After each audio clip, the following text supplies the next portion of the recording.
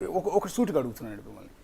ఈ entire rowdy షీటర్ల వ్యవహారం కరెక్ట్గా మీరు క్యాబినెట్లోకి అడుగు పెడతారని మీడియాలో కథనాలు వచ్చిన దగ్గర నుంచి కూడా వెంటనే ఈ పెరోల్ అంశం తెర మీదకి వచ్చింది.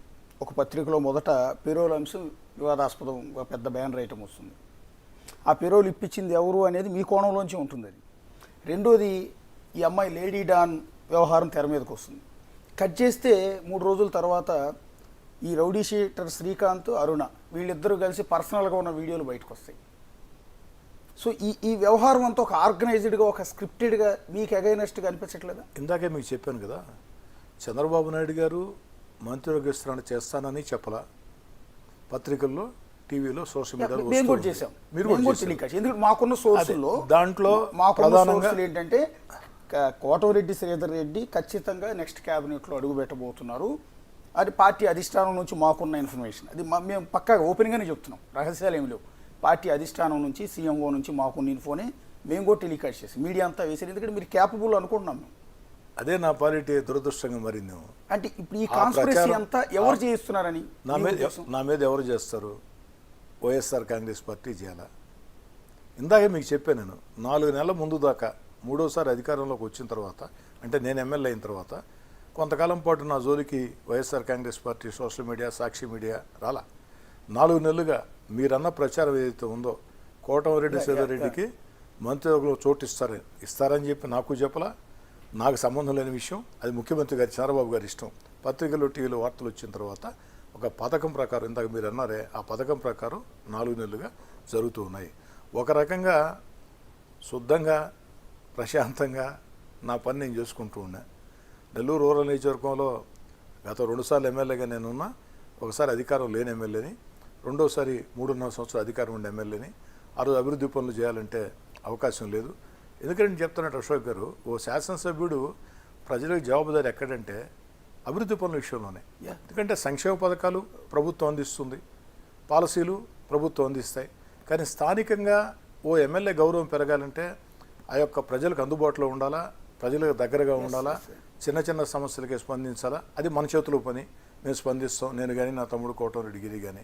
కానీ అభివృద్ధి పనులు చేయాలంటే ప్రభుత్వ సహకారం అవసరం. ఆ విషయంలో ముఖ్యమంత్రి చంద్రబాబు నాయుడు గారు, ఉప ముఖ్యమంత్రి పవన్ కళ్యాణ్ గారు, నారా లోకేష్ గారు పూర్తి స్థాయిలో సహకారం ఇచ్చారు. అధికారులు సహకారం ఇచ్చారు. ఆ విధంగా నా పనులు నేను చేసుకుంటా. చరిత్రలో ఎప్పుడూ చేయలేనటువంటి అభివృద్ధి పనులు రూరల్ నియోజకవర్గంలో చేస్తా.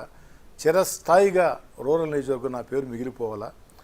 ఏ ఎమ్మెల్యే ఉన్నప్పుడు ఇక్కడ అభివృద్ధి జరిగిందంటే కోటమిరెడ్డి శ్రీధర్ రెడ్డి ఉన్నప్పుడు జరిగింది అని ప్రజలు గుర్తుపెట్టుకోవాలా అని పని చేసుకుంటూ పెడుతున్నాం.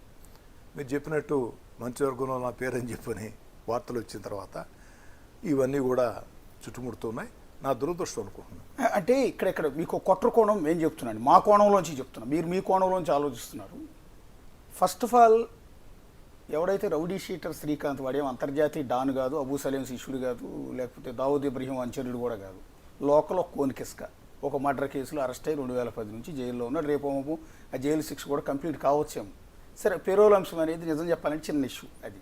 కానీ అతన్ని పత్రికలకు ఎక్కించి అతను అంతర్జాతీయ ఉగ్రవాద అన్న క్రమంలో బ్యానర్ ఐటమ్ రాసింది ఎవరు?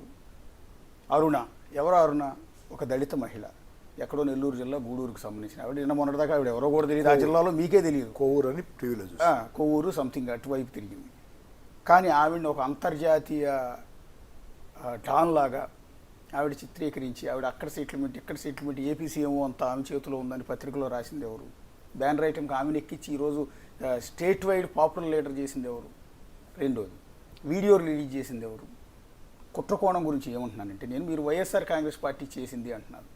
కానీ మీకు మంత్రి పదవి రాకుండా అడ్డుకోవటానికి మీ పార్టీ వాళ్ళే చేయించుంటారని ఎందుకు అనుకోవట్లేదు మీరు? నేనైతే ఆ దిశగా ఆలోచన చేయటంలే. తెలుగుదేశం పార్టీలో నా ఎదుగుదల అడ్డం పడతారని నేను భావించడంలే. అది అంటే ఇప్పుడు ఫస్ట్ ఆఫ్ ఆల్ నేను అన్నది ఏంటంటే, ఆ పత్రిక పేరు నేను చెప్పను, మాది కూడా మీడియా సంస్థ కాబట్టి ఇంకొకరి గురించి. శ్రీకాంత్ గురించి, అరుణ గురించి బ్యానర్ ఐటమ్స్ రాసింది టీడీపీ అనుకూల పత్రిక కాదా? అంటే మీరు చెప్పినట్టు, అంటే మీకు అక్కడ కుట్ర కనిపించట్లేదా? అనుకూల పత్రికల్లో కూడా ప్రభుత్వంలో జరిగే ఏదైనా వారికి పొరపాటు అనిపిస్తే రాసిన వార్తలు దండిగా ఉన్నాయి. మీరు అన్నట్టు టీడీపీ అనుకూల పత్రికలైనా ప్రభుత్వంలో ఏదైనా పొరపాటు జరిగింది అని ఆ పత్రికలు భావిస్తే చాలా అంశాల మీద కూడా వ్యతిరేక కథనాలు రాసినటువంటి మాట మీకు తెలుసు, నాకు తెలుసు. కాబట్టి ఆ విధంగా ఎందుకు ఆలోచించకూడదు మనం? తెలుగుదేశం నా మీద కుట్ర చేయాల్సిన అవసరం ఎందుకు ఉంటుంది? తెలుగుదేశం పార్టీ కాదు, పార్టీలో ఉన్న కొద్దిమంది.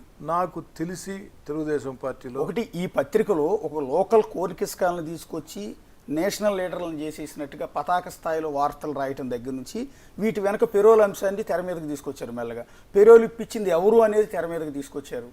అల్టిమేట్గా మళ్ళీ ఆ తర్వాత వీడియోలు బయటికి తీసుకొచ్చారు. ఇది మీరు మంత్రి అయితే, మీరు బలపడిపోతే తమ ఉనికి కష్టం అవుతుంది అని మీ పార్టీలో మీ జిల్లాలో ఉన్న కొద్దిమంది నేతలు చేసిన కుట్ర అనేది కొంత ప్రచారం. యాక్సెప్ట్ చేస్తారా లేదా? దీన్ని అంగీకరించరు. కానీ మీరు కొత్త అంశాన్ని వెలుగులో తెచ్చారు, దీన్ని అయితే అంగీకరించరు. అలా జరిగి ఉండే అవకాశం లేదని నా అభిప్రాయం. తెలుగుదేశం పార్టీలో అంతిమ నిర్ణయం చంద్రబాబు నాయుడు గారు, లోకేష్ గారు. కాబట్టి చంద్రబాబు నాయుడు గారు, లోకేష్ గారు ఎవరో వేసిన వ్యూహాల్లో వాళ్ళు చిక్కుంటారు అని నేను అనుకోను. వారు సొంతంగా నిర్ణయాలు తీసుకుంటారు. ఇవన్నీ కాదు అశోక్ గారు, ఆశ్చర్యం ఏమిటంటే మంత్రివర్గ విస్తరణ జరుగుతుందని చంద్రబాబు నాయుడు గారు, లోకేష్ గారు ఏమైనా చెప్పారా? ఏదీ లేదు. అన్ని పత్రికల్లో, టీవీల్లో వస్తున్న ఊహా కథనాలే, పేర్లు కూడా ఊహా కథనాలే. ఈ పత్రికల్లో వచ్చేవాళ్ళు మంత్రి పదవులు ఇవ్వాలంటే అది చంద్రబాబు గారు నిర్ణయం తీసుకోవాలి తప్ప వీళ్ళు కాదు కదా. కానీ నా అంశంలో తెలుస్తుంది ఏమిటంటే ఆ ప్రచారం, నేను మంత్రిని కాబోతున్నాను అన్న ప్రచారం పత్రికల్లో, టీవీలో ఊపందుకున్న తర్వాతే ఈ వివాదాలన్నీ కూడా నా చుట్టూ వస్తున్నాయి. దీనికి కారణం వైఎస్ఆర్ కాంగ్రెస్ పార్టీ అని నేను బలంగా నమ్ముతున్నా. YSR Congress party social media, YSR Congress పార్టీలో ఉండే కొంతమంది బడా నాయకులు పన్నుతున్నటువంటి కుట్ర. ఎందుకంటే నా మీద వారికి వ్యక్తిగతంగా కక్ష ఉంది కాబట్టి ఆ కక్ష ఆ విధంగా తీర్చుకొని టార్గెట్ చేయాలా, కోటమిరెడ్డి శ్రీధర్రెడ్డిని టార్గెట్ చేయాలా, బదనాం చేయాలని వారి కుట్రలో భాగంగా నేను భావిస్తున్నాను. అంటే వైఎస్ఆర్ కాంగ్రెస్ పార్టీ ఆఫీస్ నుంచి ఇదంతా జరిగి ఉంటుందా, లేకపోతే మీ లోకల్ లీడర్ మీ మీద ఓడిపోయిన ఆదాల ప్రభాకర్ రెడ్డి మీద ఏమన్నా? ఆదాల ప్రభాకర్ రెడ్డి గారు ఓడిపోయిన తర్వాత ఈ రోజు దాకా మళ్ళీ నియోజకవర్గంలో కూడా రాలేదు. వారు ఫుల్ టైం పాలిటీషియన్ కాదు, వారికి అంత ఓపిక కూడా లేదు. ఓకే, అంటే ఈ కుట్రలో ఆయన భాగస్వామ్యం ఖచ్చితంగా లేదు. ఓకే, వారికి అంత ఓపిక కూడా లేదు. ఓకే, ఎన్నికల ముందు ఇదే ఆదాల ప్రభాకర్ రెడ్డి గారు డబ్బుందన్న అహంకారంతో ఇష్టారాజ్యంగా కోట్లు ఖర్చు పెట్టి ఉచ్చ నీచాలు మరిచి నా మీద సోషల్ మీడియాలో, కొన్ని మెయిన్ స్ట్రీమ్ మీడియాలో దుష్ప్రచారం చేయించారు. అనైతిక రాజకీయాలకు పాల్పడ్డాడు. దాంట్లో అనుమానపడాల్సిన అవసరం లేదు. ఓడిన తర్వాత వాళ్ళు లేరు. వారు ఎప్పుడు కూడా అధికారం ఉంటేనే ఉంటారు, అధికారం లేకుంటే ఎప్పుడు ఉండరు. వారు అదృష్టం మొన్నటిదాకా ప్రారంభం నుంచి 25 ఏళ్ళు అధికారంలో ఉన్నారు. మొట్టమొదటి అధికారం దూరంగా జరిగారు. అందులో నా మీద పోటీ చేసి ఒక అతి భారీ మెజార్టీతో వారు ఓడిపోయారు కాబట్టి వారు లేరు. నా మీద ఎన్నికల్లో పోటీ చేశాడు కాబట్టి అక్కడ వరకే నా మీద కక్ష ఉంటుంది తప్ప అంతమీ కక్ష ఉండదు. నా మీద వైఎస్ఆర్ కాంగ్రెస్ పార్టీలో ఉన్న ఉన్నత స్థాయి వ్యక్తుల కుట్రే ఇది నేను బలంగా నమ్ముతున్నా. వారికి ఆ 16 నెలలు నేను వైఎస్ఆర్ కాంగ్రెస్ పార్టీ అధికారం వదిలి దూరంగా జరగటం, వీధుల్లోకి వచ్చి పోరాటం చేయటం, ఇవన్నీ కూడా మింగుడుపడినటువంటి అంశాలు. కాబట్టి ఈరోజు నాకు అవకాశం వస్తుందేమో అన్నటువంటి ముందస్తు జాగ్రత్త చర్యగా నన్ను టార్గెట్ చేస్తున్న అభిప్రాయం. ఇది రాష్ట్ర వైఎస్ఆర్ కాంగ్రెస్ పార్టీ కార్యాలయ స్థాయిలో జరిగే కుట్ర తప్ప నెల్లూరు జిల్లా స్థాయిలో జరిగే స్థానిక కుట్ర కాదని నేను బలంగా నమ్ముతున్నాను. మీ ఒపీనియన్, మీ అనుమానం, నేను నమ్ముతున్నా. ఇప్పుడు నేనేమంటాను సార్, నేను ఇక్కడ కూర్చున్నాను యాజ్ ఎ బిగ్ టీవీలో ఎగ్జిక్యూటివ్ ఎడిటర్గా. నేను ఇక్కడ కూర్చొని మిమ్మల్ని ఇంటర్వ్యూ చేస్తున్నాను. ఈ పొజిషన్లో నేను ఇక్కడ కూర్చోవటం మా ఆఫీసులో కూడా కొంతమందికి ఇష్టం ఉండదు. కాదు, మనుషులు సహజం. అది ఒక మనిషి మీద జలసీ ఉంటుంది, ఏడుపు ఉంటుంది, నేను ఎదిగిపోతున్నానని, నాకు ఫోకస్ ఎక్స్ప్లోర్ ఇది వస్తుందని, సహజం మనుషులు. అలాంటిది మీడియాలోనే ఇలా ఉంటే రాజకీయాల్లో ఇంకెన్ని రాజకీయాలు ఉంటాయి? మీరు రేపొద్దున మంత్రి అయితే first of all problem YSR Congress party కాదు అని నేను అనుకుంటున్నాను. ఎందుకంటే ఆ పార్టీ ధిక్కరించి మీరు ఆ పార్టీ నుంచి బయటకు వచ్చి 16 నెలల పాటు తొడగొట్టి మీరు అక్కడ రాజకీయం చేయగలిగారు. చేసినా కూడా మీరు ఏ రోజు వైఎస్ జగన్ ఉద్దేశించి కించపరిచారు? ఏ రోజు మాట్లాడారు? రాజకీయ విధానంలో మాట్లాడారు తప్ప మిగిలిన లీడర్లు మాట్లాడినట్టు జగన్ గారి గురించి కానీ, రాజశేఖర రెడ్డి గారి ఫ్యామిలీ గురించి కానీ మీరు ఎప్పుడూ తప్పుగా మాట్లాడాల. కాబట్టి మీ మీద అంత ద్వేషం పెంచుకోవాల్సిన అవసరం వైఎస్ఆర్ కాంగ్రెస్ పార్టీకి ఉంటుందా అనేది నా ఒపీనియన్. ఏమైనా చేయాలనుకుంటే వాళ్ళ అధికారంలో ఉన్న 16 నెలలు మిమ్మల్ని ఏదో ఒకటి చేసి ఉండేవాళ్ళు. అనేక ప్రయత్నాలు చేశారు అశోక్ గారు. ఓకే, చిన్న చిన్న కేసులు పెట్టడం, చిన్న మీ చిన్న కేసులు వ్యాపారాలు కాదు, దెబ్బతీయటం. చిన్న చిన్న కేసులు కాదు, అనేక ప్రయత్నాలు చేశారు. ఎక్కడ ఏం దొరకలా, దాంతో చిన్న చిన్న కేసులు పెట్టారు. ఆ 16 నెలలు జగన్ గారి ఆదేశాలతో, దాన్ని నేను తప్పు కూడా పట్టను, ఎందుకంటే నేను విభేదించాను కాబట్టి. జగన్ గారి ఆదేశాలతో వైఎస్ఆర్ కాంగ్రెస్ పార్టీ ప్రభుత్వం సజ్జల రామకృష్ణారెడ్డి గారి పదనిర్దేశంలో నాకు నా వెంట నడిచే నాయకులు కార్యకర్తలకి చుక్కలు చూపించారు. ఓకే, అయినా ఎదుర్కొన్నాం, నిలబడ్డాం. దేవుడి దయ, చంద్రబాబు నాయుడు గారు ఇచ్చినటువంటి అవకాశం, Yes, sir. ప్రజల ఆశీస్సులు, కార్యకర్తల కష్టం, గెలిచాం.